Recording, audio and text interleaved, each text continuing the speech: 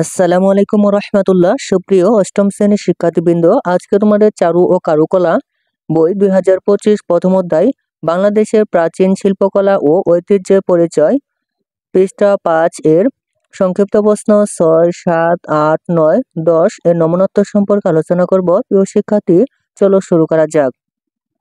6 নম্বর প্রশ্ন হচ্ছে, মাটি খুঁড়ে কোন প্রাচীন জনপদ আবিষ্কৃত হয়েছে? যে কোনো দুটি জনপদ ধ্বংস হওয়ার কারণ বর্ণনা করো। উত্তর হচ্ছে, প্রাচীন জনপদগুলোর মধ্যে মাটি খুঁড়ে রাজশাহী, পাহাড়পুর, কুমিল্লার ময়নামতি, বগুড়ার মহাস্থানগড়, নরসিংদীর ওয়ারী বটেশ্বর এবং মুন্সিগঞ্জ জেলার টঙ্গীবাড়ি নাটেশ্বর জনপদের ধ্বংসাবশেষ আবিষ্কৃত হয়েছে।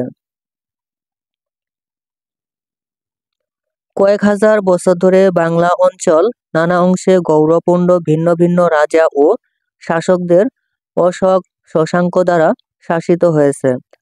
এক অঞ্চলের সাথে অন্য অঞ্চলে যুদ্ধ বিগ্রহের সময় পরাজিত অঞ্চলে লুট করে জ্বালিয়ে পুড়িয়ে ধ্বংস করে দেওয়া হতো। ফলে কোনো অঞ্চল বিরান বা মহাশূন্য হয়ে যেত।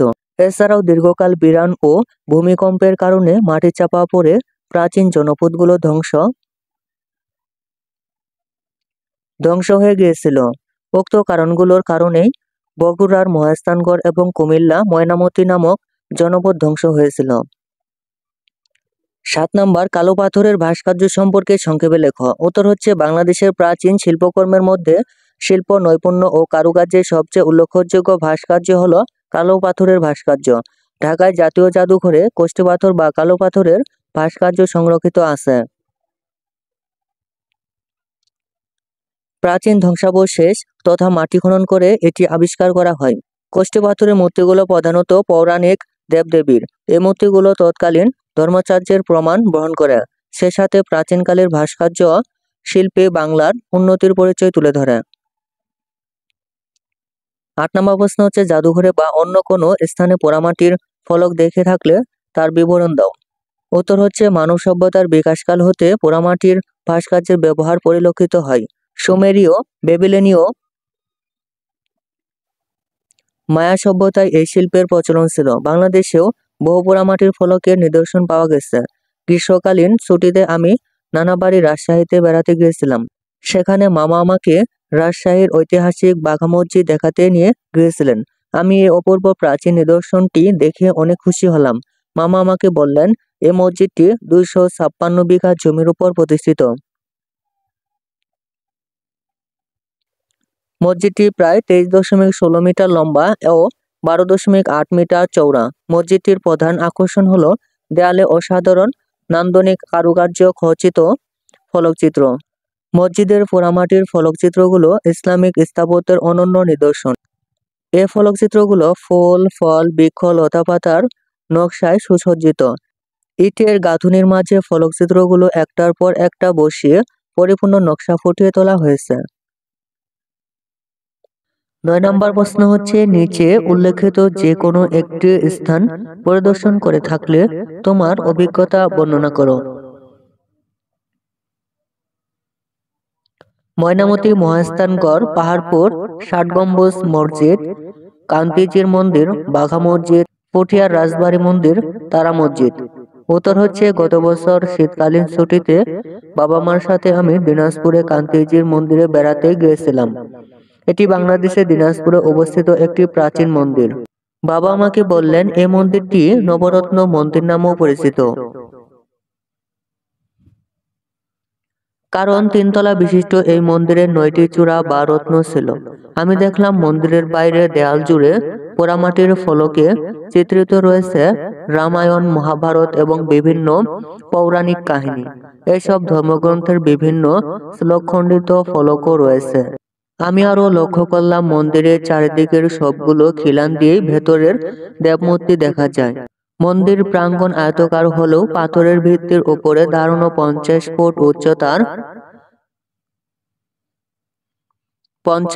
উচ্চতার মন্দিরটি বর্গাকার। নিচতলার সব প্রবেশ পথে বহু খাঁচিযুক্ত খিলান রয়েছে।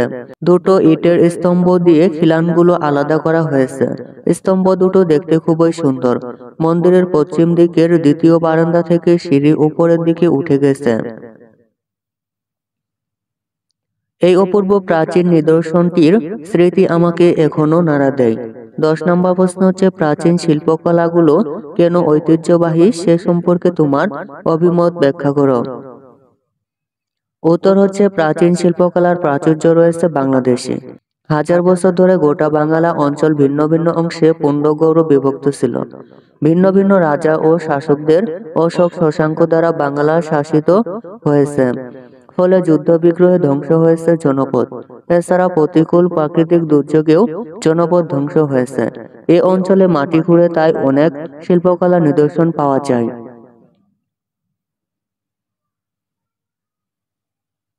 বাংলাদেশের মাটির স্তূপ ও গড় অঞ্চল সমভূমি থেকে উঁচু খনন করে আবিষ্কৃত হয়েছে পাহাড়পুর, ময়নামতি ও মহাস্থানগড়।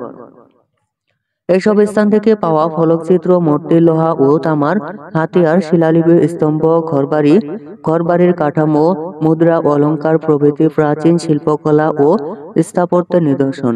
এগুলো প্রাচীনকালের মানুষের জীবনযাত্রা তথা প্রাচীনকাল সম্পর্কে জানতে সাহায্য করে। প্রাচীনকালে পোড়ামাটির ফলকচিত্রগুলো ইমারতে, মসজিদের দেয়ালে, মন্দিরের দেয়ালে শোভা পাচ্ছে। এছাড়া কালের সাক্ষী হয়ে দাঁড়িয়ে আছে আমাদের প্রাচীন স্থাপত্য শিল্পগুলো, যেমন বাঘা মসজিদ, কুসুম্বা মসজিদ, সোনাকান্দা দুর্গ, ষাট গম্বুজ মসজিদ ইত্যাদি। এগুলো আমাদের ঐতিহ্যের প্রকাশ ঘটায়। ঐতিহাসিক এসব স্থানগুলো ভ্রমণপ্রিয় ও ধর্মানুরাগীর জন্য আকর্ষণীয় স্থান এবং আমাদের জাতীয় সম্পদ।